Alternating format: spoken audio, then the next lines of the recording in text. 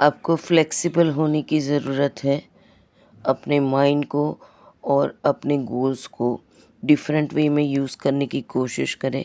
काफ़ी टाइम से आप जिस चीज़ से अटैच थे, जिस चीज़ों से अटैच थे, ठीक है, आप उसकी तरफ फोकस करने की कोशिश करें और 2 चीज़ों में से किसी एक को सिलेक्ट करें।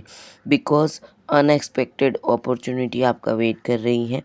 आपकी जर्नी में एन्जॉयमेंट आने की कोशिश कर रहा है, पर आप कोई एक चीज़ को सिलेक्ट नहीं कर रहे, इसलिए आप कंफ्यूज हैं। आपको मेडिटेशन की भी ज़रूरत है और आपके जीवन में जो मल्टीटास्क है उसको कंट्रोल करके आगे बढ़ने की ज़रूरत है। टू ऑफ पेंटिकल्स जब आता है तो वो कन्फ्यूजन्स दिखाता है और 2 चीज़ों के बीच में बैलेंसिंग की प्रॉब्लम दिखाता है। अगर आप अपनी मैरिज लाइफ में डिस्टर्ब है और आपको पता है कि आपको क्या डिसीज़न लेना चाहिए, तो आपको उसके ऊपर फोकस करके आगे बढ़ना चाहिए। बैलेंस की ज़रूरत है। मल्टीपल टास्क अगर आपकी लाइफ में है और आप 2 वे में पैसा या इनकम कमाना चाहते हैं, तो आपको ये फोकस करना होगा कि कहाँ पे आपको ज़्यादा फ़ायदा है।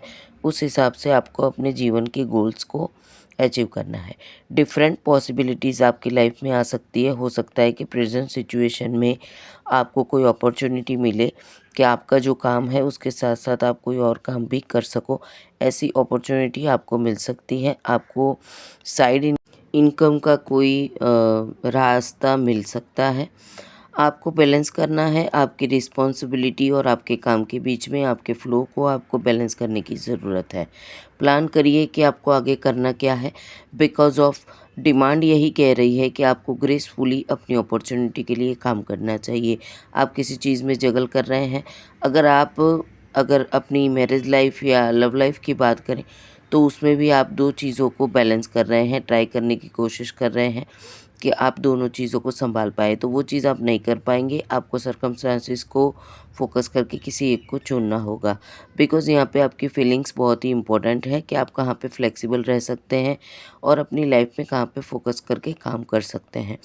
ठीक है, यहाँ पे एक चीज़ है कि अगर आप लव की बात करें, तो आप बैलेंस में नहीं हैं। आपको ये भी रखना है, वो भी रखना है। अगर आप मैरिटल अफ़ेयर में हैं, अपने वाइफ़ या हस्बैंड के साथ हैं और किसी और चीज़ में भी आप इन्वॉल्व हैं, तो यहाँ पे फ़ोकस करके किसी एक को चुनना होगा आपको। अगर आप ज़्यादा स्ट्रेस में रहते हैं, तो वो सिचुएशन को आपको रिलीज़ करना चाहिए, अपनी लाइफ़ से हटाना चाहिए, ताकि आप फ्लेक्सिबल रह सको, अपने माइंड को बैलेंस कर सको और अपनी सिचुएशन में खुश रह सको। करंट जो प्रोजेक्ट है आपकी लाइफ़ में, वो पॉसिबिलिटीज़ को बढ़ाता नहीं है, बल्कि आपको ज़्यादा कन्फ्यूज़ कर रहा है। आपको अगर प्लेफुल की एनर्जी में हो, मतलब दोनों चीज़ों के अंदर टास्क में, ख़ास करके लव में, तो आप एक चीज़ को बैलेंस कर लो। नहीं तो आपको अनएक्सपेक्टेडली शिफ्टिंग को और सरप्राइज़ को फेस करना पड़ेगा।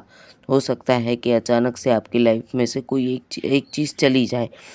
तो बेहतर है कि आप अपनी लाइफ को मैनेज करें।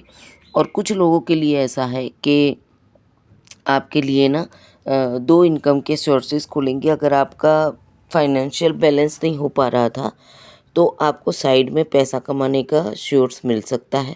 और एक चीज़ है जो शेयर मार्केट में है उनके लिए, कि यहाँ से आप कमा रहे हैं, यहाँ से जा रहा है, तो आप वो चीज़ को भी बैलेंस करें कि क्या ये आपने पैसा लगाया है या फिर आप ये जो काम कर रहे हैं, क्या वो काम आपके लिए सही है। तो ओवरऑल यही है कि ओवरऑल कार्ड का जो मीनिंग है वो यही है कि आपको या तो 2 में से एक सिचुएशन पे फ़ोकस करना होगा, या तो 2 सिचुएशन में से एक चीज़ को चुनना होगा। जो चीज़ में आपका लॉस हो रहा है, वो चीज़ को छोड़ दीजिए। जो चीज़ आपको बेनिफिशियली लग रही है और आगे फ्यूचर में जाके आपको अच्छा दे सकती है, आपको सिर्फ़ उसी के ऊपर फ़ोकस करना ज़रूरी है।